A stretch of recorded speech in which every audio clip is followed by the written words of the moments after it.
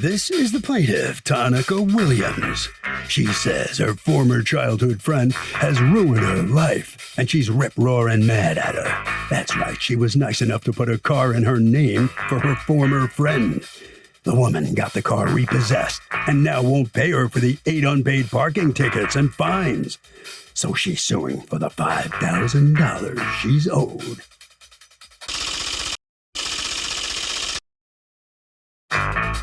This is the defendant, Regina Bonaventure. She says she has no idea why her ex-longtime friend is suing her for a car she's never even sat in. The plaintiff made a deal with her boyfriend who's in jail, and it has nothing to do with her. Bottom line, the woman smeared her good name with all the people she cares about. And if anyone's owed money today, it's not the plaintiff. She's accused of double-crossing an old friend.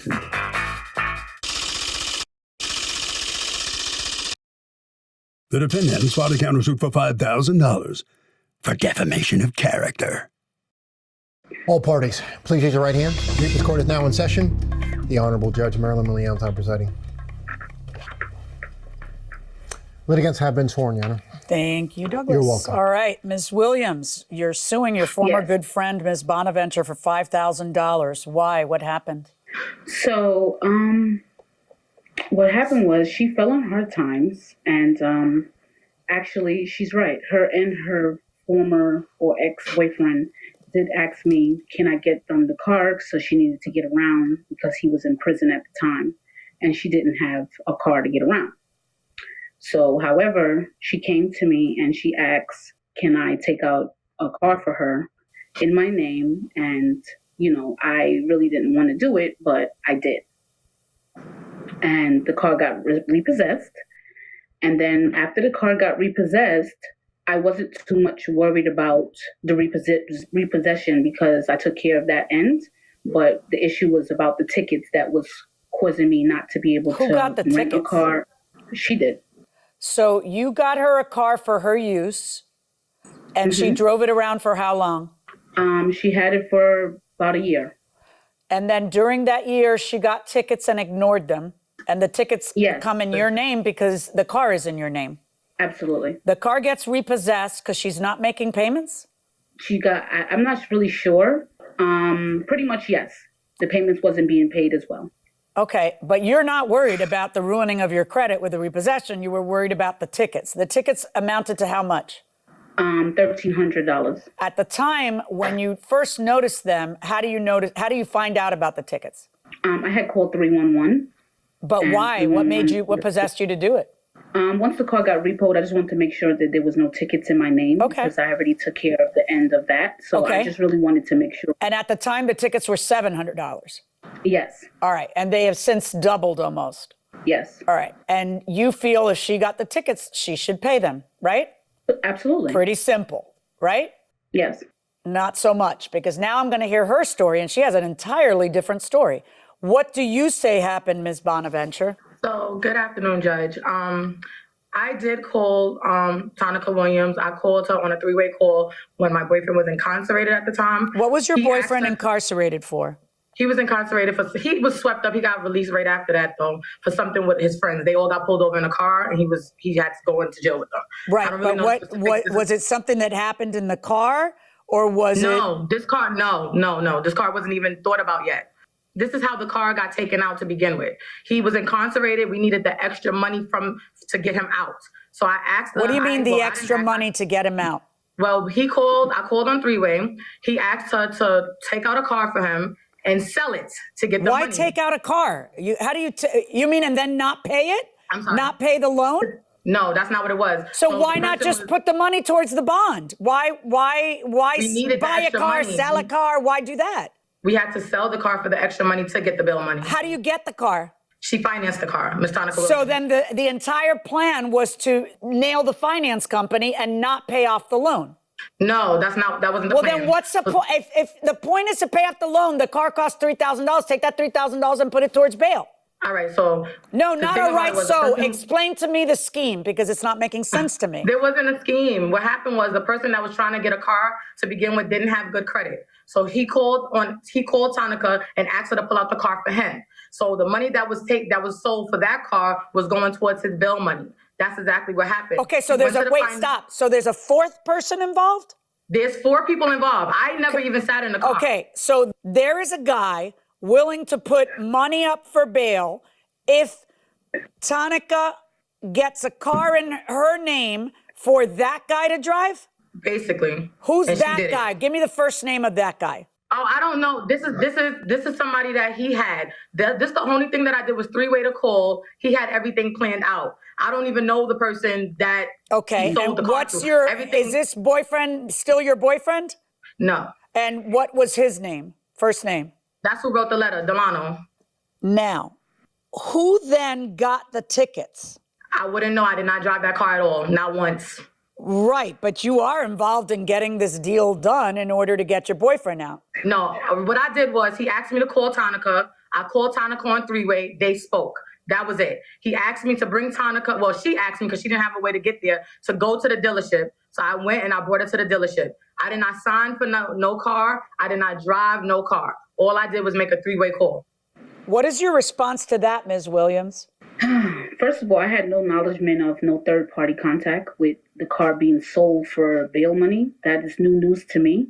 Second of all, she drove the car off of the lot. And if I could have went to the dealership to get the tape, they would have shown she drove the car. She sold the car. You're the one that did all the transactions. So what do you mean that you didn't ever gotten the car when you're the one that drove it off of the lot? Ms. That doesn't even Bonaventure? make any sense. Can I answer? Yeah. Can you please tell her to go to the dealership and give them the tape? Because there's no way that a person that finances a car, another person can drive off the lot with that car. The person who finances the car is the only person that can drive off the lot. Only way that I'll be able to drive off the lot is if my name was on that car and it wasn't. I have some questions. Your boyfriend gets out. What ends up happening with those charges? So now let's speed up. So Judge, he gets out now. They made up whatever arrangements or whatever. She got her body done from him. He gave her money to get her body done. He gave her $1,000, which I didn't have no knowledge of. Wait, what are you recently. talking about? Get her body done. I don't know what you mean. Oh yeah, she went to Miami and had cosmetic surgery with the same person who she helped build out. Which is your ex-boyfriend. Yes. Okay, but he gave her how much? Because I'm from Miami, and I'm here to tell you that it doesn't cost $1,000 to get your body done. They don't. No, he gave her credit for her body, and he gave her $1,000 on another point in time. I don't even know. He just What do you recently told me mean about credit that. for her body? What does that mean? Care credit. Basically, he paid for her body. He paid for what to be done? What cosmetic procedure? To remove the fat from her stomach and put it in her butt. Okay, I'd be removing the fat from my butt. I'd be more worried about the fat from my butt. But so liposuction and some kind of, Yes. all right. And then he paid how much? I don't know. Do you have to? That's the thing. I don't know the arrangements. He paid for her body. He gave her $1,000. How much did your body cost? You have to ask her. So he paid for the entire surgery plus gave her $1,000. And gave her $1,000, and then she asked for $10,000 for her teeth. And he And said that's no. when everything went haywire. All right. What is going on between you and the ex-boyfriend and any money that transpired there, Ms. Williams? I don't know what she's talking about. I'm sitting here in disbelief because he paid for my body to get done. When? When did that happen? $1,000? It cost $5,500 to get it done at the time. She says he paid the $5,500 plus $1,000. That's a lie. Did he pay anything? No, he didn't pay a dime. Okay. Not a dime. Have you had any discussions with him regarding paying of these tickets? So what happened was, because he said it was his word as a man that when he came home, he was going to make sure to cover the car for her. When he got home, he was fighting his case. And he said to me, oh, can I wait till after he finishes his case? He gonna give me the money. He just fighting his case. He trying to get over this case. He kept on calling. When he called from prison. Did you ever talk to him about getting the car in order to do this deal so that he could get bond? No. The car was supposed to be for her use, for her to drive it. So I don't understand where it came in for third-party contact and all these stuff she's saying. I don't know what she's talking about. She's the one who put the down payment for the car. I didn't put it down because it's not for me. So why would I be putting down money for a car that I didn't? How much did she put down? I'm not sure. I can't remember. I can't remember. I'm not going to lie. Here's a letter that purports to be from your ex. I asked her to call a 3-way to Tanika. I asked her to finance a vehicle for sale for the remaining balance of my bail. Tanika said yes in agreement of me paying her back. All right. Here's some email text between you and Ms. Williams and Ms. Bonaventure. This is you saying at the end of the day, Primo, that's the ex-boyfriend, was locked up. So at the end of the day, you should feel responsible to make sure Primo makes sure he pays. If you don't know what she's talking about, why are you sending a text saying at the end of the day, you should feel responsible and make sure Primo pays? Why would you say this if it's not Primo's responsibility to pay you back, Ms. Williams? Because technically speaking, it's both of their responsibility. Well, then because why they don't both you asked me. technically say that in this text? Why isn't that what you say? I don't know. I just was basically getting at her because I had no way to contact him. I have no phone number, so she's the only one that I can keep talking about it with. Every time I ask her about his number, she don't give it up. So it's like, okay, seeing that y'all are both together, I'm gonna target somebody. Somebody got to pay it because it was both of y'all. I even was saying I was going to pay. He told me not to, that it had nothing to do with me. He was going to take care of it, so that's why I went with it. Furthermore, I'm not going to sit here on Major's birthday and argue or dispute or go back and forth about something that happened in 2015. Okay. Apparently you were having a party for your child, Ms. Bonaventure, and you wanted Ms. Williams to come, but you were warning her that Primo was coming? Yes, so that way, if she wanted to speak to him, like I said, just pull him to the side and have a conversation with him. I was letting her know that he was coming so they can resolve whatever was going on, just do it away from whatever was going on. Okay. Did she end up going to Major's birthday? She did not. My goddaughter didn't even come either. Okay, now this is a message from the plaintiff to you. You. Yes, he's the one who said that he's going to be a man of his word and pay it off. But for the simple fact that you don't feel no type of remorse or no type of feeling to say, you know what, I did go get her, I did do this, I did do that. Let me help her fix this situation because I'm sick of hearing about it. He had a whole $90,000. I was there with him when he got it. He went and bought a car. He could have just passed the bread to pay the tickets off and we could have been done with this. But no. Why you come into court and you tell me this is totally between you and Bonaventure, but then I'm hearing these messages where it's clearly not just about you and Bonaventure. It sounds to me like maybe you're trying to make your version better by pretending that this car was just for your friend on the down and out. And I'm not really buying that that was the arrangement.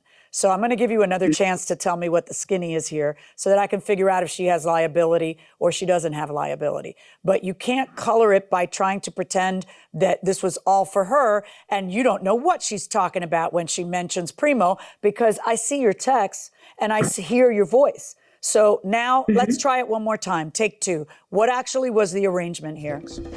Okay, so pretty much, if someone is in prison while a transaction is being made, how could you take them to court? His proof is that he was not home. He wasn't there. The person who took care of all of the business for him was her. So who are you going to go after? Not the person that did it? I'm not going to go after the person that was in prison because he has his proof that he was in prison. So how could he did anything? Big well, did he talk to you? Did he talk to you and ask you to do all this for him on the three-way call? I never had no acknowledgement about the selling part, but he did ask me, can I get the car for her to be able to get around so that she can come and go see him in jail and go to the lawyers and whatever they had going on. She didn't have a vehicle. So he asked me, can I get her the vehicle? And when he come home, his word as a man, he's going to take care of it. But when he came home, he beat his case after serving 25, that he was going to do 25 to life in prison. He beat the case after she done robbed everybody to pay Peter to feed Paul, right? I kept beefing with her about it. Like, when is Primo going to pay it? He said he was going to pay it for you. So what's going on? Primo never paid it. He ignored me, so I went after her. That's the true story. Why didn't you just sue Primo, though? If he's the one who said he'd obligate to pay you, because we all know what actually happened. What actually happened is that the money was used for bail. So if that part I don't know about. So who got the tickets? If we're talking about tickets that were obtained June 27th of 2016, who had possession of the car by then? That fourth party? Oh, yes. The car was already gone from the first day that we pulled it out of the dealership. The car was sold that day. How did you sell it? Because you don't have the title. So how did you sell it? Right. Basically, the person took over the loan. That's pretty much what they did. I don't know where these tickets came from. I'm only assuming that it had to be because that's who we sold it to. But, you didn't what you did was a completely illegal transaction because you didn't actually sell it to him because you don't own it. It's in her name. So you can't sell a car Right, she you was don't there own. with me. The person came No, in I front of the house wasn't. and took the car. No, I Yes, wasn't. she was. Don't I'm lie. sorry. The I person was came in not front of the with house you. and took the car. I was not with you when you sold no car How because can I didn't know no drive? car was How can being I drive sold. two cars? The person came in front of the house and took the car. Don't lie. I was never present to see no car be sold. Promise you that. Because I'm not going to give it to someone who I don't know. Judge, she was very aware that she was selling the car. Why would she do this? Why would Ms. Williams, in order to get your boyfriend out of jail, put a car in her name to go to yet another person who can just get tickets or have a car crash and now she's responsible because it's her car? Like, why would she do that for you? Well, she didn't do it for me. Like I said, it was a three-way call. I never asked. You were the one who was close to her. Why would she do it for him? Why would she do it for your boyfriend? He's been lying on oath the whole time. I just haven't said anything. He's the one who asked me to call Tanika. I made the three-way call. They spoke. They spoke about everything. She's on here lying under oath. They spoke about everything. She knew what the arrangements was. Nobody put a gun to her head. Nobody begged her to do it. He spoke to her. She agreed to it the next following day. If not the following day after that, we went to the dealership to take this car out. We had a party 2016 at her mom's house, and he was there and they was talking. So they was fine. Every time we turn around, she's calling if it's holidays. All of a sudden, she wants $10,000. She wants $5,000. There's always some money thing on her every time we turn around. In 2020, you say to her, send me the plate number to take care of the tickets. I've been telling you that for years. Do that, and that blank will be paid today. Who was going to pay it? Delano was going to pay it. He kept asking her to send. He kept asking me to ask her to send the plate. Send the plate. She never sent it. I can give you how many voice notes of me saying, Tanika, we keep arguing about the same thing. Do you have any text where you send the plate number so that he can pay it? Miss, if you look, there's another one, like an index card where it has the plate numbers and it says $700 and something. Yeah, there's a picture. That was in 2015. There's a picture with the number right here. Right, with the plate number, and you say, I sent it to him.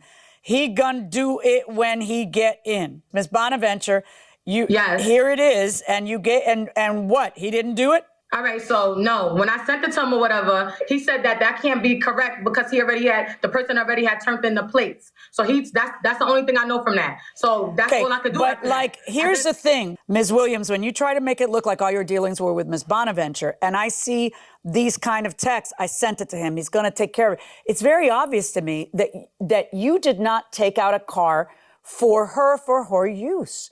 It's very obvious to me that you have some dealing with her ex-boyfriend and his obligation to pay you. I don't know why you're not suing him. It has nothing to do with whether he's in jail. A person can make themselves indebted while they're in jail because you can make a phone call from in jail. It couldn't be more obvious over and over and over in your text that there's someone else involved and that there's some other fugazi stuff going on and that, you are only mad at her because she's not helping you to get paid by him. So I'm not going to order her to pay the unpaid tickets or much less $3,700 in pain and suffering. I know that it pains you and that you suffered because in the end, even if you did it for him, you really did it for her. And you feel like she should step up to the plate more. I understand that. But a moral obligation is not a legal obligation. You need to understand that. So, the person you need to sue is him. And then he gets to bring up a defense. Wait a second. I paid for her,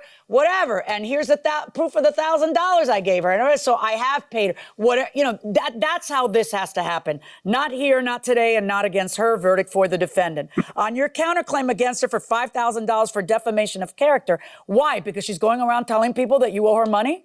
Yeah, she's saying that I owe her money. She's telling people that I'm but she does feel, she may be wrong legally, but she feels like you were part of this too. It's not like you can say, I have nothing to do with this. You may not be the person who's obligated, but you were right there in the soup of things. How is it that means that she has lied and defamed you? I'll tell you how it doesn't. On your lawsuit against her, zero also. Well, we both flourish. Don't matter to me. Well, in this rather complex case, neither party wins. Let's go to Ms. Williams first. She's the plaintiff. Ms. Williams, you don't get $5,000 from the defendant. What's your reaction? You sued the wrong person, is what the judge says. Personally, I feel like at the end of the day, if it was a murder and she's the one who went to the crime scene to go take care and clean up the mess, who's going to go to prison if the other person was not there. She is, correct? That would be right. So I don't see how she won the case, because at the end of the day, how can I sue someone that was in prison at the time? It doesn't make sense. Well, the judge said you could. Judge said you can sue someone in prison. Ms. Bonaventure, do you understand what the judge ruled? You do not get $5,000. Yes, I do. If she would have played my other voice note, she would have heard me saying the only thing I'm responsible for was making the call and, situating the whole deal. I'm not going to totally remove myself from what happened. At the end of the day, there's different ways to deal with things. Tanika knows this. She's just been going about it the wrong way. That's how I feel. And I also have before and after pictures. She sure did get her body done. All right. Well, thank you very much. Sorry you failed in your lawsuit. I hope you guys work it out. No, I'm good with that. I just wanted it to be over. Yeah, well, it is over. It's over now. The lawsuit's over anyway. Okay. Yeah. Harvey? Doug, defamation usually does not involve opinions. People are generally, I say generally, allowed to state their opinions, and they're protected from defamation suits because the point is not stated as truth. It's stated as, this is the way I feel. Did you ever get detention in school? I think it's hard to get through public school like your whole life and never get detention. I think it's hard to get through any school your whole life and never get detention. Yeah, I got detention. I got, let's see, in sixth grade, I got in a fist fight and I had to do detention, and my whole front of my shirt was just pure blood. I had to sit through it like a couple hours of detention anyway. But I wasn't a troublemaker. I was a rule follower. How about you? Oh, I was a rule follower. I was definitely a rule follower. But I remember sitting, I don't remember what for, but I remember sitting plenty of times in detention. Plus, there's that time when you were talking in line and Sister Leonida hit you on the butt with the ruler. A yardstick. A yardstick, right? She broke the yardstick. She broke it. Oh, yeah, I'm gonna have a word with Sister Leonida up there one day if I run into her there. But you have doubts about that. I have doubts about whether I'll run into Sister Leonida up there.